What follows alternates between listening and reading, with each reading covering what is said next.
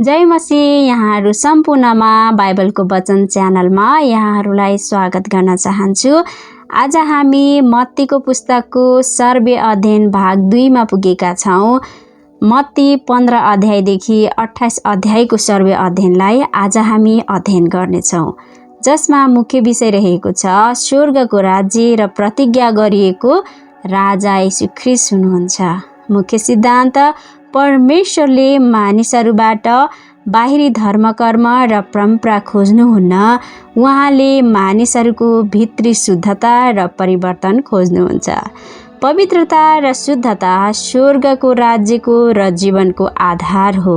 साथै मण्डली हरेक दिन पवित्रता र शुद्धतामा जिउन येशूले क्रुसको बाटो राखिदिनु भएको छ, किनकि हरेक दिनको पवित्रता क्रुसको बाटो बिना असम्भव छ।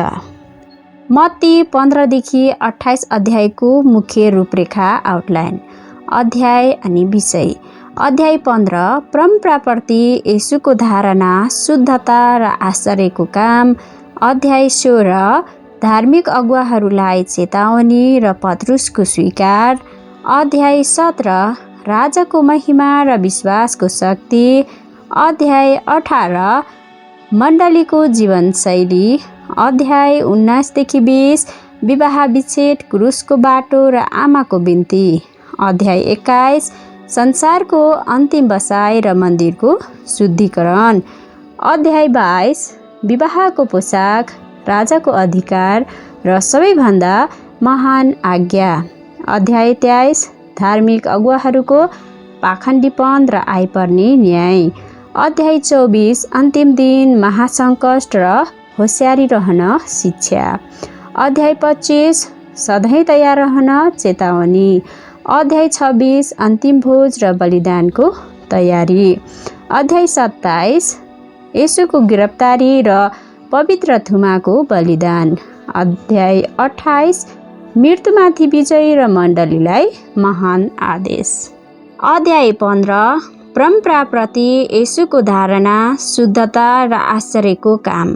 यस अध्यायमा परमेश्वरले मानिसहरूको देखावटी परम्परा, धर्मकर्म, रीतिरिवाज भन्दा पनि मानिसको भित्री शुद्धता र साँचो परिवर्तन चाहनुहुन्छ। येशू हाम्रो भित्री शुद्धताको लागि पवित्र थुमा बनेर क्रुसको बलिदान हुन आउनु भएको हो।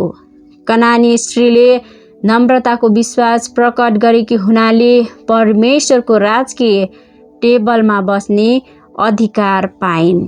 अध्याय 16 धार्मिक अगुवाहरूलाई चेतावनी र पत्रुसको स्वीकार। यस अध्यायमा धार्मिक अगुवा फरिसी सदुकीहरूको परम्परागत र देखावटी शिक्षाले मानिसहरूलाई गलत बाटोमा धकेलिरहेको थियो। येशूले तिनीहरूका देखावटी शिक्षाबाट होसियारी हुन चेतावनी दिनुभयो। साथै येशूको गहिरो प्रश्नमा पत्रुसले तपाईँ जीवित परमेश्वरको पुत्र येशू ख्रीष्ट हुनुहुन्छ भनी स्वीकार गरे। पत्रुसको स्वीकारमा येशू ख्रीष्टले संसारमा पहिलो मण्डली स्थापना गर्नुभयो र मण्डलीमाथि कहिल्यै नरकका फाटहरू कहिले विजय हुने छैन भनी घोषणा गर्नुभयो। मण्डली येशू आफैले स्थापना गर्नुभएको कारण संसारका हरेक शक्तिले मेटाउन जति नै प्रयास गरे पनि यो अस्तित्वमा अटल छ र अझ दिनहुँ सङ्ख्यामा बढिरहेको छ, किनकि मण्डली परमेश्वरको योजना पुरा गर्न स्थापना भएको थियो अनि उहाँले आफ्नो मण्डलीलाई संसारमाथि विजयी हुन अधिकार पनि दिनुभयो। अध्याय 17 राजाको महिमा र विश्वासको शक्ति। चेलाहरूले एउटा उच्च पहाडमा येशूको रूप परिवर्तन भएको देखे र यस घटनाले येशूको क्रुस र बलिदान पछि उहाँको महिमा प्रकट गरेको पाइन्छ। यो महिमा चेलाहरूले संसारमा गर्ने सेवकाई बल हो र चेलाहरूले गर्ने विश्वास र सेवकाईमा आउने दुःख र पीडा पछि महिमा पनि छ भन्ने सत्यताको प्रकट गर्दछ। अध्याय 18 मण्डलीको जीवनशैली।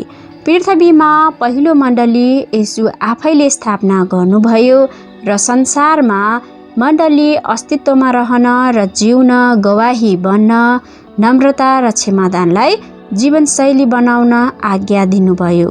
नम्रता र क्षमादान बिना मण्डली जिम्मेवारीमा बलियो हुन, वृद्धि हुन र स्वर्गको राज्यमा प्रवेश गर्न असम्भव छ। अध्याय 19देखि 20 विवाह विच्छेद, क्रुसको बाटो र आमाको बिन्ती। परमेश्वरले आफ्नो योजना पूरा गर्न विवाहको जग बसाल्नुभयो र आशिष दिनुभयो। पति पत्नी भनेको जीवनभरिको सम्बन्ध हो। मृत्युले बाहेक कुनै पनि शक्ति पति पत्नीको सम्बन्ध टाढा नहोस् भन्ने परमेश्वरको इच्छा हो। तर वर्तमान अवस्थामा मानिसहरूको हृदयको कठोरता र सुखविलासी जीवनले सानोतिनो कुराबाट नै जीवनभरिको सम्बन्ध तोडिरहेका छन्। येशूले व्यभिचार र अनैतिक सम्बन्धले बाहेक पति पत्नीको सम्बन्ध विच्छेद नहोस् भनी कडा चेतावनी दिनुभयो। 20 अध्यायको महान शिक्षा भनेको स्वर्गको राज्यको महानता पद र अधिकार होइन, तर नम्रमा गरिने सेवा हो। जसले नम्रतामा राज्यको सेवा गर्छ त्यो नै उहाँको राज्यमा महान कहलाइनेछ। आमेन। हाम्रो सेवकाई यस्तै होस्। अध्याय 21 संसारको अन्तिम बसाई र मन्दिरको शुद्धिकरण।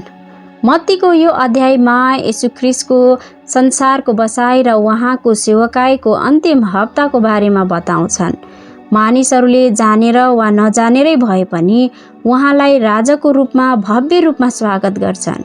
यो देखेर संसारका धार्मिक अगुवाहरू ईर्ष्याले भरिन्छ र उहाँलाई मार्ने योजना बनाउँछन्।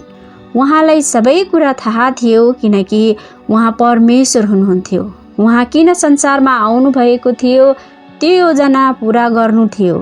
त्यसैले उनीहरूका योजनामा थाहा नपाए झै गरी अन्तिम अवस्थासम्म पनि मानिसहरूको हितमा सेवा गरि नै रहनुभयो। धार्मिक अगुवाहरूको षड्यन्त्रद्वारा आफ्नो योजना पूरा हुनु थियो। त्यसैले उहाँ काटिन लगेको भेडा जस्तै मौनतामा रहनुभयो। यसबाट हामी बुझ्नुपर्छ कि परमेश्वरको काम मानिसको इच्छा अनुसार कहिल्यै हुँदैन। सबै कुराहरू उहाँकै इच्छाद्वारा नियन्त्रित हुन्छन्। परमेश्वरको वास्तविक मन्दिर ढुङ्गा माटोले बनेको होइन, तर उहाँले आफ्नै स्वरूपमा सृष्टि गर्नुभएको मानिसहरू नै उहाँको वास्तविक जीवित मन्दिर थिए। मानिसको पापले गर्दा वास्तविक मन्दिरको अपमान भएको देखि मन्दिरको शुद्धिकरण गरी वास्तविक मन्दिरको आदर, सम्मान, वास्ता र माया हुनुपर्ने कुरामा जोड दिएर भन्नुभयो कि म मानव निर्मित मन्दिर भत्काएर 3 दिनमा जीवित मन्दिर खडा गर्नेछु। चिन्हात्मक रूपमा भविष्यवाणी गर्नुभयो। अध्याय 22 विवाहको पोसाक, राजाको अधिकार र सबैभन्दा महान आज्ञा। विवाहको पोसाक। युदेहरूले हामी त जन्मैदेखि राज्यका सन्तानहरू हौँ भनी दाबी गरिरहेका थिए, तर जन्मले हुँदैन। विवाह भोजमा निमन्त्रणा पाउनै पर्छ। निमन्त्रणा पाएर मात्रै हुँदैन, विवाह पोसाक पनि लगाउनु पर्छ र निमन्त्रणालाई पनि स्वीकार गर्नुपर्छ। उनीहरूले विभिन्न बहानामा निमन्त्रणालाई व्यवस्था गरेका हुनाले बाहिरका धेरैजनालाई निमन्त्रणा गरियो, तर विवाहको पोसाक नलगाएको भेटाएपछि भोजबाट बाहिर निकालियो। यसकारण पोसाक भनेको स्वर्गको राज्यको भोजमा प्रवेश पाउने आत्मिक तयारीको पोसाक हो। राज्यको सन्तान भनेर मात्रै हुँदैन, भोजमा प्रवेश पाउने निमन्त्रणा, स्वीकार, पोसाक र आज्ञापालन चाहिन्छ। राजाको अधिकार। फरिसीहरूले येशूलाई करको रूपमा फसाउन खोजे। कैसरलाई वा राज्यलाई कर दिनु उचित छ। येशूले बुद्धिमान साथ उनीहरूलाई जवाब दिनुभयो, कैसरको कुरा कैसरलाई दिनु र परमेश्वरको कुरा परमेश्वरलाई दिनु। येशूले कहिले पनि राज्यको विरुद्धमा सिकाउनु भएन। उहाँले सन्तुलित शिक्षा सिकाउनु भयो। यसकारण विश्वासीहरू राज्यप्रति जिम्मेवार हुनुपर्छ र हृदयको कृतज्ञता, आराधना र आज्ञाकारीको भेटी परमेश्वरलाई चढाउनुपर्छ। सबैभन्दा महान आज्ञा। व्यवस्थाका पण्डितले येशूलाई फसाउन सबैभन्दा महान आज्ञा कुन हो भनी प्रश्न गर्छन्। येशूले यहाँ 2 कुराबाट बताउनुभयो। पहिलो र महान आज्ञा, परमेश्वरलाई तिम्रो सारा हृदयले, प्रेम गर्नु र दोस्रो आफ्नो छिमेकीलाई आफैले झैँ प्रेम गर्नु। यी दुई कुरा नगरी व्यवस्था पुरा हुँदैन। कतिजनाले परमेश्वरलाई प्रेम देखाउन धर्मकर्म विधि विधानहरूमा सीमित रहन्छन्, तर मानिसप्रति एकरति प्रेम हुँदैन। कतिले मानिसलाई प्रेम देखाउँछन् तर परमेश्वरलाई प्रेम गर्दैनन्। परमेश्वरप्रति साँचो विश्वास प्रेममा प्रकट हुन्छ, किनकि परमेश्वरलाई प्रेम नगरी छिमेकीप्रति गरिएको प्रेम औरो हुन्छ। यसकारण येशू सर्वोच्च राजाहरूका पनि राजा हुनुहुन्छ। मानिसप्रतिको अधिकार, ज्ञान, जीवन र सत्यतामा बलियो गरी जरा गाडिएको छ। कुनै शक्तिले पनि उहाँलाई फसाउन सक्दैन। आमेन। अध्याय 23 धार्मिक अगुवाहरूको पाखण्डीपन र आइपर्ने न्याय। यो खण्डमा येशूले बाहिरी रूपमा धार्मिक देखिने तर भित्री रूपमा कपटी फरिसी र सदुकी अगुवाहरूको कपटीपनलाई प्रकट गरिदिनु भएको छ। यहाँ स्वर्गको राज्यमा हकदार हुन सृष्टिकर्ता परमेश्वरलाई विश्वास गर्नुपर्छ र भित्री साँचो रूपमा परिवर्तन हुनुपर्छ भनी जोड दिनुभएको छ। बाहिरी अथवा देखावटी धार्मिक पोसाक लगाएर देखावटी धर्मकर्म विधि विधान गरेर कोही पनि स्वर्गको राज्यमा प्रवेश पाउँदैन। साथै देखावटी धर्मकर्म मन पराउनुहुन्न। उहाँले परमेश्वरप्रति साँचो विश्वास, हृदयको परिवर्तन, साँचो नम्रता, सत्यता, दीन दुखीहरूप्रति दयालु र अन्यायमा परेकाहरूलाई न्याय दिनु नै असल धर्म हो भनी सिकाउनुभयो। अध्याय 24 अन्तिम दिन महासङ्कट र होसियारी रहन शिक्षा। यो अध्याय जैतुन डाँडामा दिएको उपदेश हो। येशू ख्रिस्टले यहाँ पृथ्वीको अन्तको बारेमा विभिन्न चिन्हहरू देखिनेछन् भनी सिकाउनु भयो। जस्तै राज्यको विरुद्धमा राज्य उठ्नेछन्, जातिको विरुद्धमा जातिहरू लड्नेछन्, संसारमा जताततै युद्धहरू सुन्नेछौँ अनि मलाई विश्वास नगर्नेहरू सतावटमा पर्नेछन्। ठाउँ ठाउँमा अनिकाल भूकम्पहरू जानेछन्। डरलाग्दा सुनामीहरू, कहिल्यै नसुनेका रोगहरूले मानिसहरू सताइनेछन्। विश्वासघातीहरू बढ्नेछन्। मानिसहरूप्रति प्रेम सेलाएर जानेछ। झुटा शिक्षकहरू बढ्नेछन्। झुटा अगमवक्ताहरूले नै म नै येशू हुँ भनी धेरैलाई भ्रममा पार्नेछन् र महासङ्कटको दिनमा सृष्टिदेखि अहिलेसम्म भएकै छैन, अर्थात् सूर्यले चमक दिने छैन, चन्द्रमाबाट रगत बग्नेछ, आकाशका सबै तारा मण्डलहरू खस्नेछन्, पृथ्वीमा उखुम गर्मीले पग्लनेछ र मानिसहरूले पवित्र मानेका हरेक थोकहरू, चर्च, भवनहरू, मठ, मन्दिरहरू, संस्थाहरू यी एक ढुङ्गामाथि अर्को ढुङ्गा पनि नरहिकन हरेक थोकहरू नाश हुनेछन्। तर प्रभुको नाउँमा सतावट सहेर विश्वासमा स्थिर हुनेहरू र प्रभुको नाउँमा विश्वास गर्नेहरू जति सबैजनाले उद्धार पाउनेछन्। प्रेरित 2 अध्यायको 19देखि 21 पदमा यसकारण भौतिक कुराहरू मात्र अल्झिएर धोकामा नपरौँ, बरु सदा सर्वदा सृष्टिकर्ता परमेश्वरसँग रहनको लागि सिर्जिएका परमेश्वरको जीवित मन्दिर मानिसहरूलाई प्रेम गरौँ। आमेन। अध्याय 25 सधैँ तयार रहन र सेवामा लागिरहन चेतावनी। यो अध्याय जैतुन डाँडामा दिएको अन्तिम उपदेश हो। यो अध्यायमा 10 कन्याको दृष्टान्तले येशूको दोस्रो आगमन नचिताएको र आशा नगरिएको समयमा हुने सन्दर्भमा सबै विश्वासीहरूलाई निरन्तर आफ्ना आत्मिक अवस्थामा होसियारी रहन जोड दिन्छ।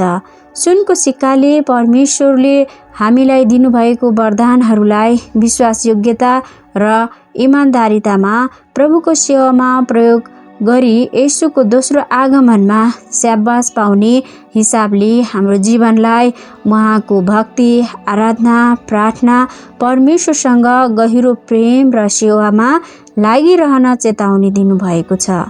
साथै भेडा र बाख्राको दृष्टान्तले उद्धार पाएका र नपाएकाहरूको महासङ्कटपछि न्यायको बारेमा चेतावनी दिएको छ।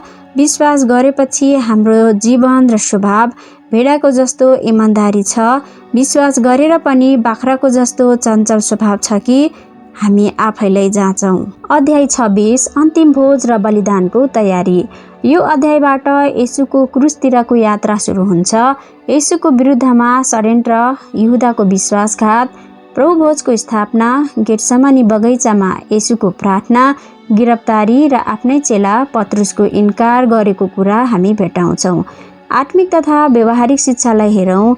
बेठानियामा सिमोन कुष्ठरोगीको घरमा एउटी महिलाले आफूले पाप क्षमा पाएको उपलक्ष्यमा जीवनभरि कमाएको किम्ती अत्तर लिएर येशूको शिरमा खन्याएर येशूप्रति गहिरो प्रेम र आराधना चढाएकी छन्। एकातिर आफ्नै चेला यहुदाले 30 टुक्रा चाँदीका सिक्कामा येशूलाई बेचिदिएको छ। हामी कस्तो खालको जीवन जिरहेका छौँ? क्षमा पाउने महिलाले जस्तै येशूलाई गहिरो प्रेम र आराधनाको जीवनशैली कि यहुदा जस्तै विश्वासघाती जीवन? साथै यो खण्डमा पुरानो नियमको निस्तार चाडको ऐतिहासिक घटनाको परिपूर्ति र उहाँको बलिदानसँगै नयाँ करारको स्थापना भएको घोषणा गर्दै उहाँले सारा मानवले गरेको पापको लागि भोग्नुहुने दुःख, पीडा, कष्ट र अपमानहरूलाई सहेर संसारको पाप उठाइ लैजानुहुने परमेश्वरबाट पठाएको पवित्र ठुमाको बलिदानलाई आफ्ना चेलाहरूले नयाँ करारको ऐतिहासिक साक्षीलाई निरन्तर सम्झना गरिरहन र उहाँको मृत्यु, पुनरुत्थान र उहाँको दोस्रो आगमनको गवाही बनिरहन आज्ञा र प्रतिज्ञा स्वरूप येशू ख्रिस्टले प्रभु भोजको सुरुवात गर्नुभएको छ। अध्याय 27 येशूको गिरफ्तारी र पवित्र ठुमाको बलिदान। यो खण्डमा मत्तीले मानव इतिहासमा घटेको सबैभन्दा गम्भीर घटना र पवित्र र निर्दोष ठुमा येशूमाथि अन्यायपूर्ण न्याय भएको र मानवले गरेको पाप र परमेश्वरको उद्धारको गुरु योजना येशूमा पूरा भएको कुरामा जोड दिन्छन्। निर्दोष येशूलाई बेचेकोमा आत्मग्लानीले गर्दा यहुदा इस्करियोट छुन्डिएर मर्छन् अनि येशू बडा हाकिम पिलातसको सामु उभिनुहुन्छ। फैसलापछि रोमी सिपाहीहरूले गिल्ला गर्दै येशूको पोसाकमा गोला हाल्छन्। 39 कोराको चोट, रगतको धारा, दुःखभोग र प्यासले छटपटिएको अवस्था, सारा संसारले गरेको पापको भारले ठिचिएको गरुङको क्रुस बोकेर बलिदानको लागि गलगथाको उकालो यात्रा गर्नुहुन्छ र उहाँको हात र पाउमा काटी ठोकी शिरमा काँडाको मुकुट लगाएर आफ्नो प्राण क्रुसमा बलिदान गर्नुहुन्छ।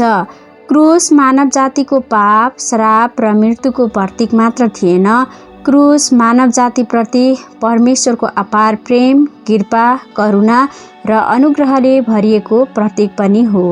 उहाँले आफ्नो प्रेम यसैमा देखाउनुहुन्छ कि हामी पापी छँदै ख्रिस्ट हाम्रा निम्ति क्रुसमा मर्नुभयो। उहाँमा विश्वास गर्नेहरू पापको लेखी दण्ड भोगेर मर्नुपर्ने छैन र अरू प्राणीहरूको बलिदान दिनु पनि पर्ने छैन। यसकारण उहाँमाथि विश्वास गर्न र मानव जातिप्रति उहाँको अपार प्रेमको प्रचार गर्न हामी कहिल्यै शर्माउनु हुँदैन। अध्याय 28 मृत्युमाथि विजय र मण्डलीलाई महान आदेश। यो अध्यायमा मत्तीले येशू ख्रिस्ट मृत्युमाथि विजय हुनुभएको ऐतिहासिक सत्यता र चेलाहरू अथवा मण्डलीलाई विश्वव्यापी मिसन सुम्पनु भएको घोषणा गर्दछन्। येशू जीवित हुनुहुन्छ, अब उहाँ चिहानमा हुनुहुन्न भन्ने घोषणाले हाम्रो विश्वास क्रुसमा मात्र सीमित छैन तर पुनरुत्थानमा मात्र पूरा हुन्छ। यसकारण उहाँको जन्म, संसारमा उहाँको सेवा, क्रुसको बलिदान, पुनरुत्थान, स्वर्गारोहण र उहाँ फेरि संसारमा न्यायको लागि आउनुहुने सत्यता नै पूर्ण सुसमाचार हो र हाम्रो विश्वासको जग पनि यही हो। यो खण्डमा येशूको पुनरुत्थानले चेलाहरूको डर, साहस र आनन्दमा परिणत भएको छ र पुनरुत्थानपछि येशूसँगको भेटले चेलाहरूलाई साँचो आनन्द र आराधनामा डोर्याएको छ। साथै यहाँ चेलाहरूले येशूको शरीर चोरेर लगेको झुटो आरोप लगाए तर झुट कुराले सत्यतालाई कहिले दबाउन सक्दैन अथवा अन्त्यमा सधैँ सत्यकै जित हुन्छ भन्ने घोषणा पनि गरेको पाइन्छ। अन्तमा येशूले भन्नुभयो, स्वर्ग र पृथ्वीको सबै अधिकार मलाई दिएको छ भनी घोषणा गर्दै चेलाहरूलाई महान आदेश दिनुभयो। जाऊ, सबै देशका जातिहरूलाई चेला बनाऊ, बप्तिस्मा देऊ र तिनीहरूलाई सिकाऊ, हेर म युगको अन्त्यसम्म सधैँ तिमीहरूसँग रहने प्रतिज्ञासहित राजाहरूका राजा येशू ख्रिस्टले महान आदेश दिनुभएको छ। निष्कर्षमा मत्तीले सुसमाचारको पुस्तकमा सिकाउँछन् कि परमेश्वर स्वर्गीय पिता हुनुहुन्छ र येशू ख्रिस्टलाई ऐतिहासिक रूपमा विभिन्न नामहरू उल्लेख गरे जस्तै दाउदका पुत्र, नासरी, येशू ख्रिस्ट, प्रभु, मुक्तिदाता, यहुदीहरूका राजा आदि नामहरू दिएर ऐतिहासिक परिचय खुलाएका छन्। हजारौं वर्षदेखि पुरानो नियममा मसीही सम्बन्धी अगमवक्ताहरूले बोलेका भविष्यवाणीहरू येशू ख्रिस्टमा अक्षरश पुरा भएको ऐतिहासिक खोज प्रमाणसहित प्रतिज्ञा गरिएको राजा, मानव जातिको मुक्तिदाता येशू ख्रिस्ट नै हुनुहुन्छ भनी सत्यताको घोषणा गरेका छन्। यसकारण जन्मदेखि हामी अब्राहमको सन्तान भन्दैमा अथवा हामी इसाई परिवारमा जन्मदैमा देखावटी धर्मकर्म रीतिरिवाज गर्दैमा मानिस धर्मी हुन सक्दैन, किनकि मानिस जन्मदेखि पापी छ र पापको कारण आफ्नो सृष्टिकर्ता परमेश्वरदेखि अलग भएको छ। यसैले परमेश्वर आफै मानव रूप धारण गरी येशू ख्रिस्ट मानव जातिलाई पाप क्षमा गरी अनन्त जीवन दिएर स्वर्गको हकदार बनाउन संसारमा आउनुभयो र क्रुसमा आफ्नो प्राण बलिदान गर्नुभयो र मरेकाहरूबाट तेस्रो दिनमा सदाको लागि येशू ख्रिस्ट जीवित हुनुभयो। यसैले हामी उहाँलाई विश्वास गरी उहाँको वचन र सेवामा आज्ञाकारी भएर सारा संसारमा जान, सबै जातिहरूलाई सुसमाचार प्रचार गर्न, चेला बनाउन र बप्तिस्मा दिन मण्डली स्थापना गरी उनीहरूलाई त्यसै गर्न सिकाउन सकौँ। हुन्छ, बाइबलको वचन च्यानलमा हामीहरूले बाइबलको पदहरू र बाइबलको वचनहरू हाल्ने गर्छौँ, जुन हामीले प्लेलिस्टमा थुप्रै बाइबलका पदहरू र बाइबलको वचनहरू हालिसकेका छौँ। त्यहाँ गएर हजुरहरू हेर्न र सुन्न पनि सक्नुहुन्छ। र बाइबलको वचन च्यानललाई लाइक, कमेन्ट र सब्सक्राइब गर्नुभएको छैन भने लाइक, कमेन्ट र सब्सक्राइब गर्न नबिर्सिनुहोला। परमेश्वरले हजुरहरूलाई धेरै नै आशिष दिनुभएको होस्। जय मसीह।